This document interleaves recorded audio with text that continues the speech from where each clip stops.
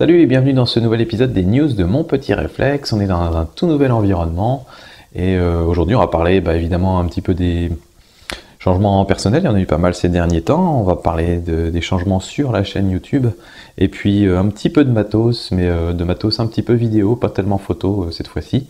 Et à la fin je vous montrerai les quelques photos que j'ai publiées sur la page Facebook le mois dernier.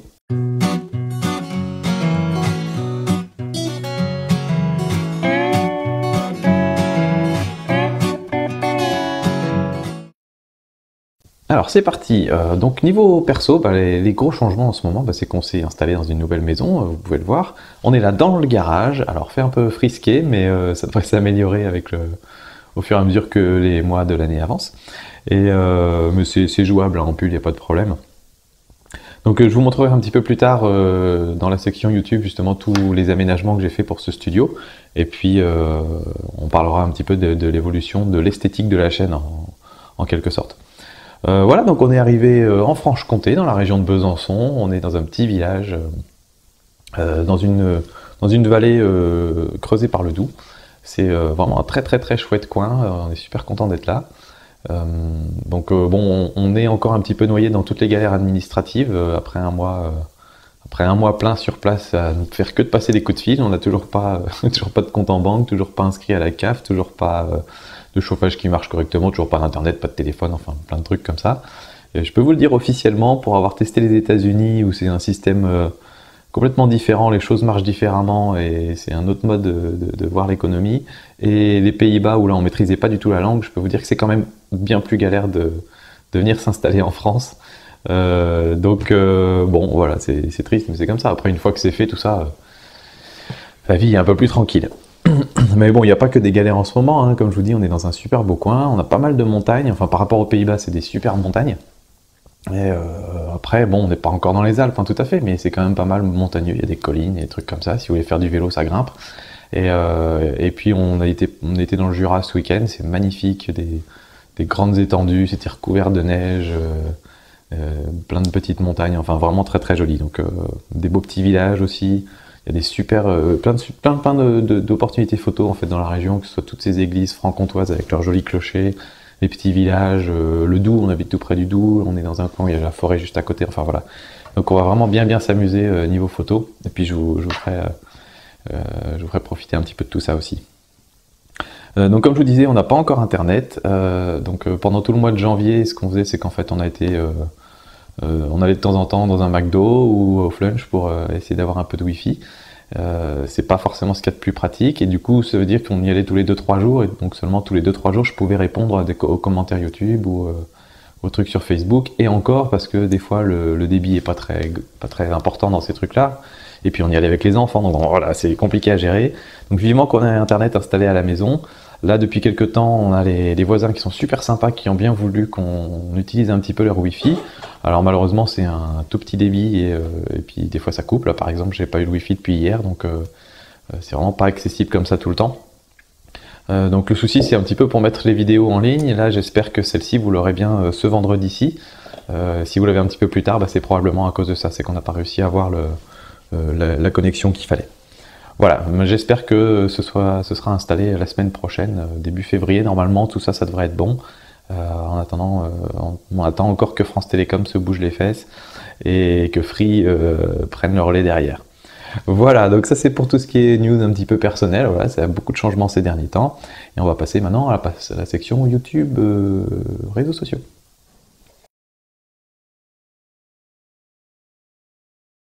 Alors sur YouTube, il y a pas mal de choses à dire. Donc première chose, j'ai fait une vidéo sur comment faire des photos de neige et j'ai pas mal de choses, enfin des petits compléments en fait à vous apporter, 3 compléments exactement.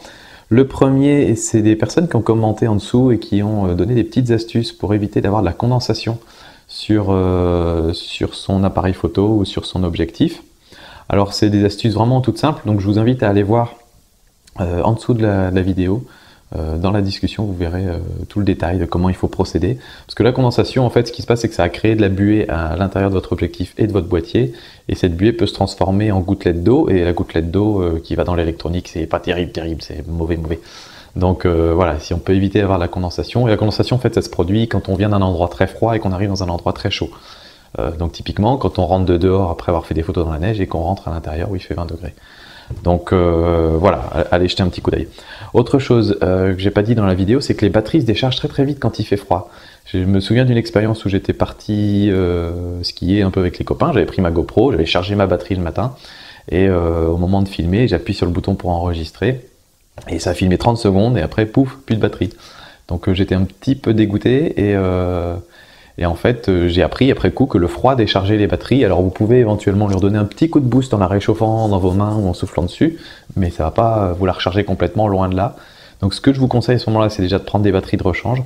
Et aussi, si vous avez votre appareil photo qui n'est pas stocké à un endroit chaud, donc c'est-à-dire que si vous l'avez dans votre sac à dos par exemple, retirez la batterie, vous le mettez dans une poche, genre poche de jean ou poche intérieure du manteau pour être le plus proche de votre corps, pour que la batterie elle reste à 20 degrés toute la journée. Et à ce moment-là, au moment de prendre vos photos, vous la remettez dedans et elle sera pleine. Voilà, petite astuce. Et dernière petite chose, j'ai parlé de faire des photos sous la neige, et j'ai parlé aussi de conditions, des fois quand il y a des chutes de neige, quand il est en train de neiger en fait, et j'avais pas vraiment expliqué dans la vidéo comment faire. Donc j'ai testé quand il y a eu des chutes de neige là il y a quelques jours, et notamment en fait je voulais savoir comment bien capturer les flocons de neige qui sont en train de tomber. Donc il y a déjà plusieurs petits concepts. Le premier concept, c'est qu'on va essayer de donner une impression de beaucoup de flocons de neige, que c'est vraiment massif, qu'il y en a plein, que c'est des grosses chutes de neige. À part vraiment si vous voulez faire un truc où il y a quelques flocons, mais sinon le plus souvent c'est qu'on veut montrer qu'il y avait beaucoup de flocons. Donc à ce moment-là, l'idée c'est que vous allez zoomer au maximum, évidemment pour garder votre composition, mais vous allez zoomer quand même, parce qu'en zoomant vous allez compresser les plans. Et donc ça va donner l'impression qu'il y a plein de flocons de neige dans une zone très restreinte. Et donc on va avoir l'impression qu'il neigeait énormément. Et la deuxième chose, c'est de fermer votre diaphragme, parce que des flocons de neige, c'est des tout petits points blancs. Et donc si votre diaphragme est grand ouvert, tous ceux qui ne sont pas nets vont faire des espèces de grandes taches transparentes que vous n'allez pas voir en fait en réalité, ou très peu. Donc si vous fermez votre diaphragme, vous allez augmenter votre profondeur de champ, donc vous augmentez la zone où on voit des flocons qui sont nets. Et on va en voir des plus gros, puis des plus petits plus loin. Donc ça c'est la deuxième astuce. Alors ensuite, ce qu'il faut faire, c'est que une fois qu'on a fermé notre diaphragme, on va avoir des temps de pause plus longs. Quand on a un temps de pause plus long, le souci c'est que notre flocon, il va laisser une traînée sur l'image, et ça va pas faire très joli en fait. J'ai fait les tests avec les deux, et personnellement je trouve que c'est pas très beau quand il y a des traînées, parce que ça donne plus l'impression de pluie que de neige en fait. Et après avoir fait plusieurs phototests, je préfère moi personnellement celles où on voit des points nets, parce que ça donne vraiment l'impression qu'il neige. Donc j'ai testé pour vous les temps de pause, et en gros pour de la neige classique, je parle pas de tempête ou de choses comme ça, de la neige normale qui tombe comme ça, comptez 1/150e de seconde ou plus rapide pour être sûr de figer tous les flocons de neige. Donc le souci c'est que quand on a un temps de pause qui est imposé comme ça, et qu'en plus on doit essayer de fermer au maximum, et qu'en plus c'est une situation où quand il neige, en général il y a des nuages par dessus, donc il fait pas très clair, vous allez devoir grimper dans les ISO. Donc il faut essayer de trouver le compromis entre l'ouverture et les ISO pour ne pas trop monter dans les ISO, mais pouvoir fermer suffisamment. Et moi j'ai trouvé que le réglage f sur 7.1, ISO 800 et 1/160e de seconde, ça marchait bien. Voilà, c'est ce qui marchait pour moi, c'est la photo que j'ai préférée dans celle que je faisais. Voilà. Ensuite, pour tout ce qui est réseaux sociaux et tout ça, je vous ai dit, on a Internet un petit peu au compte-gouttes en ce moment. Donc désolé d'avance si je réponds pas à vos commentaires sur Facebook ou à vos messages sur Facebook ou sur YouTube instantanément. En général, ça va prendre plusieurs jours pour que je réponde, parce que j'ai pas toujours accès à Internet, et quand j'ai accès à Internet, j'ai des fois des choses plus importantes à faire que de répondre aux commentaires et aux messages. Malheureusement, là, on a d'autres trucs à faire, notamment de l'administratif.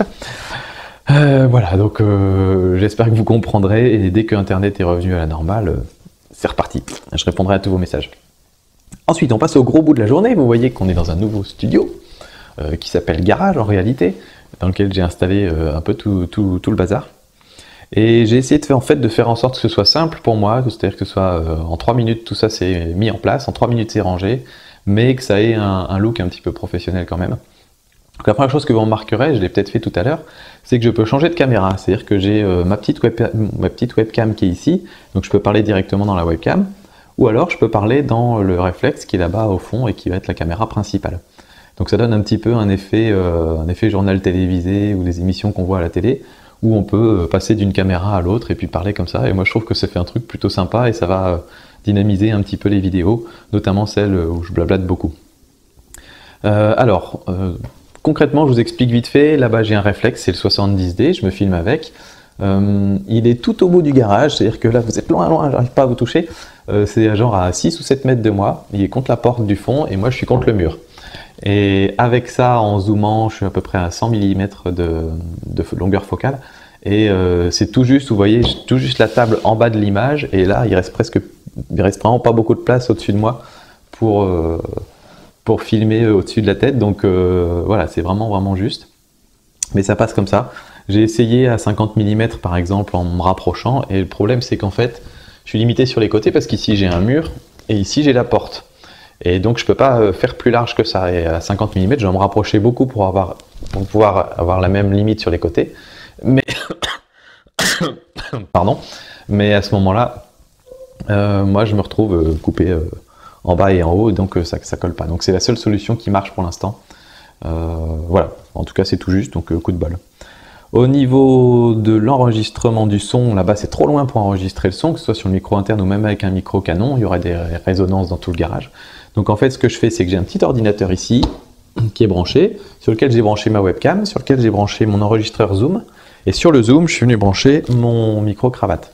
Donc j'enregistre le son là-dedans, ça passe par le Zoom, ça arrive là, et ça enregistre sur la piste de la webcam. Et donc après, une fois dans le logiciel, j'ai qu'à synchroniser les deux, et ensuite je peux passer d'une piste à l'autre, le son est synchronisé avec les deux vidéos. Au niveau éclairage, j'ai une softbox ici, donc c'est les grandes boîtes à lumière, qui me permet de m'éclairer le visage. J'ai la chance d'avoir un grand mur blanc, ce qui fait que ça renvoie de la lumière ici, j'ai pas besoin d'éclairage secondaire comme ça, c'est pas tout ombragé, donc ça c'est vraiment tip top. Et pour le mur derrière, j'ai une autre softbox qui est là derrière, qui est écrabouillée derrière ma chaise, la raison étant que sinon j'ai une grosse ombre qui se projette sur le mur derrière, donc, et puis le mur est gris, donc je préfère avoir cette softbox pour que le mur soit vraiment blanc, et que ça fasse un petit peu propre, quoi, voilà. Qu'est-ce qu'il y a d'autre? Ici ma webcam elle est sur un trépied, ça me permet de montrer des objets, donc par exemple, je sais pas, je vais montrer la boîte du Steady Pro. Hop, donc je la ramène, je peux la montrer, et ça fait l'autofocus dessus. Donc quand je m'en vais, l'autofocus se refait sur moi, quand je le rapproche, l'autofocus se fait dessus. Voilà, donc c'est la fameuse webcam avec autofocus intégré, donc ça c'est parfait. Donc ça va être bien pour montrer des trucs, pour vous montrer des petits détails, etc. Ça va être aussi très pratique pour montrer ce qui se passe au dos d'une caméra. Donc par exemple, je prends mon appareil photo, je le mets là, et je peux montrer le menu, et ensuite moi je viens derrière, et avec mes doigts, je fais bouger les choses sur le menu. Comme ça, je filme en direct ce dont je suis en train de parler. Même chose, je peux relever cette webcam et la faire pointer vers le bas, et filmer directement ce qui se passe au-dessus de l'appareil. Donc comme ça, je peux vous montrer les changements de boutons. Donc plutôt que de vous dire, enfin j'imagine que la plupart d'entre vous comprennent quand je dis on passe en mode manuel, vous savez exactement à quoi ça correspond.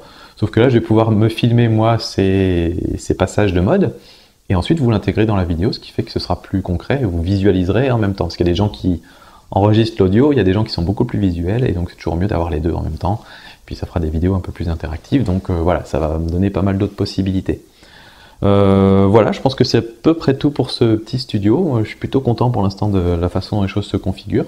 J'espère réussir à trouver un bon réglage pour que les réglages de lumière et de couleur soient les mêmes à peu près sur la webcam et sur la caméra, pour que ça fasse pas trop bizarre quand on passe de l'un à l'autre.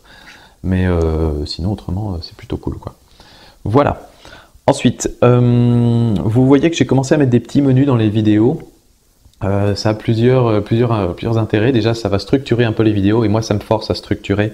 C'est-à-dire que j'ai ma petite feuille ici avec mes rubriques et puis les petits mots-clés. Comme ça, je vais devoir structurer un peu plus.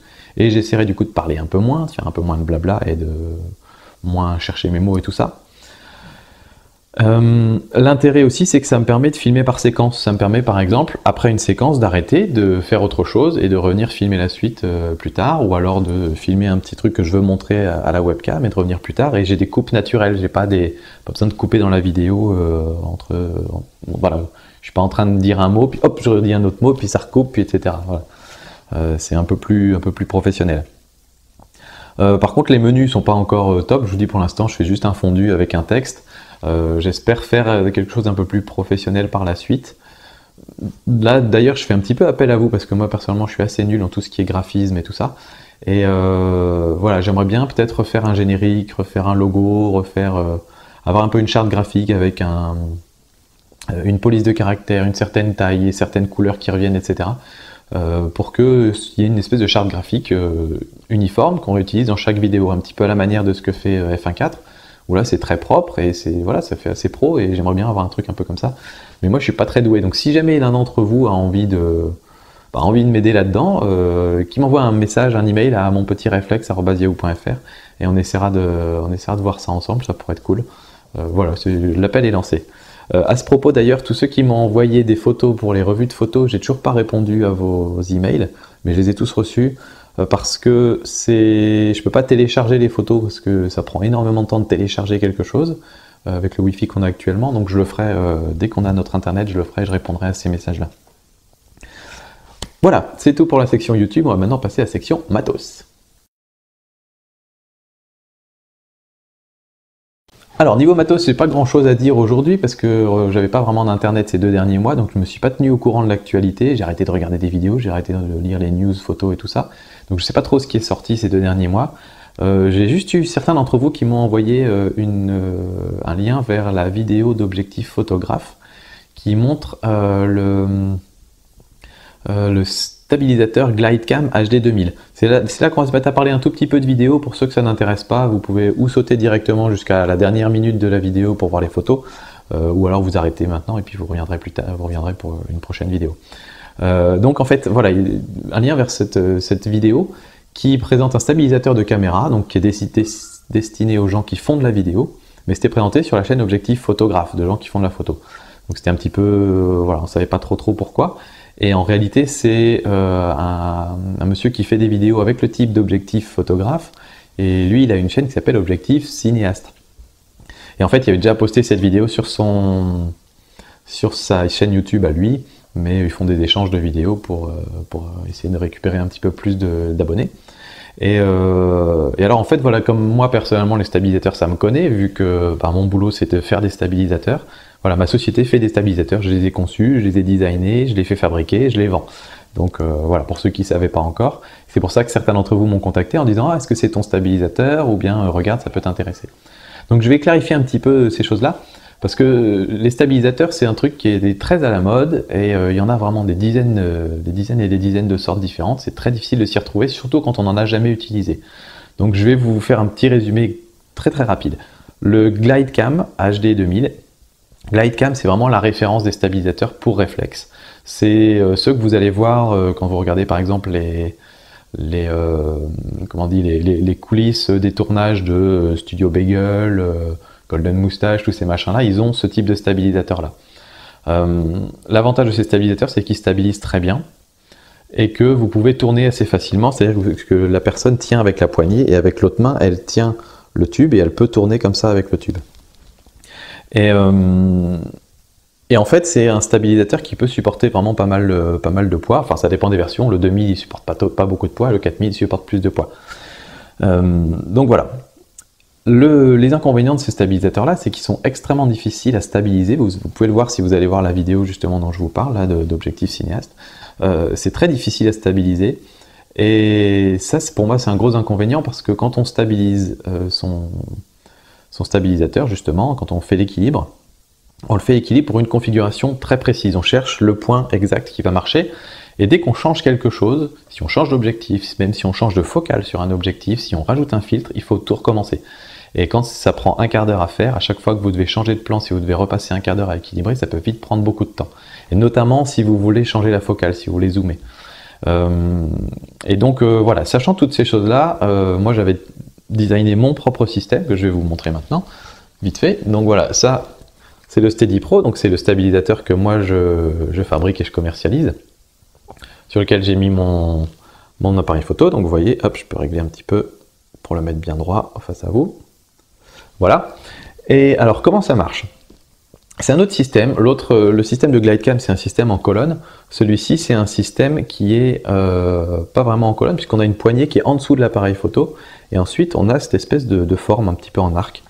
Et donc, en fait, l'intérêt de ce système-là, c'est qu'il est très facile à utiliser et ça ne demande pas d'apprentissage pour apprendre à s'en servir. Un GlideCam, il va vous falloir plusieurs mois d'expertise, c'est vraiment un truc de professionnel. Celui-là, c'est très simple, vous le prenez en main et puis vous commencez à marcher avec et puis ça fonctionne. Il n'y a vraiment pas besoin de savoir l'équilibrer, enfin évidemment il faut savoir l'équilibrer d'abord, mais l'apprentissage est très rapide. Pour l'équilibrer justement, c'est aussi un truc que je voulais faire très simple. Donc ce qui se passe en fait, c'est que ils avaient des poids ici et des poids en bas, et ces poids-là, eux, vont équilibrer uniquement l'axe avant-arrière. Et les poids du bas vont équilibrer uniquement l'axe haut-bas. Donc si vous mettez plus de poids en haut, vous allez devoir rajouter des poids en bas. Si vous retirez du poids en haut, vous retirez des poids en bas. Si votre appareil il penche vers l'avant, vous retirez des poids devant. S'il penche vers l'arrière, vous en rajoutez. C'est aussi simple que ça et ça se fait très très vite. Donc typiquement, si j'ai un objectif zoom, celui-là c'est le 11-16 mais il zoome, il n'y a pas beaucoup d'éléments qui bougent à l'intérieur donc ça ne change pas grand chose quand je change de zoom. Mais si je prends le 18-55 par exemple, quand je suis à 18 mm, il va être parfait par exemple, et si je me mets à 50 mm, il va se mettre à pencher vers l'avant. Donc à ce moment-là, j'ai juste à retirer un poids et c'est rééquilibré. Donc c'est super facile et ça va très très vite à faire. Donc j'ai vraiment pensé pour les gens qui veulent stabiliser leurs vidéos sans se prendre la tête et qui veulent faire ça chez eux, pour des réunions de famille, pour des vacances ou des choses comme ça. C'est vraiment très très simple.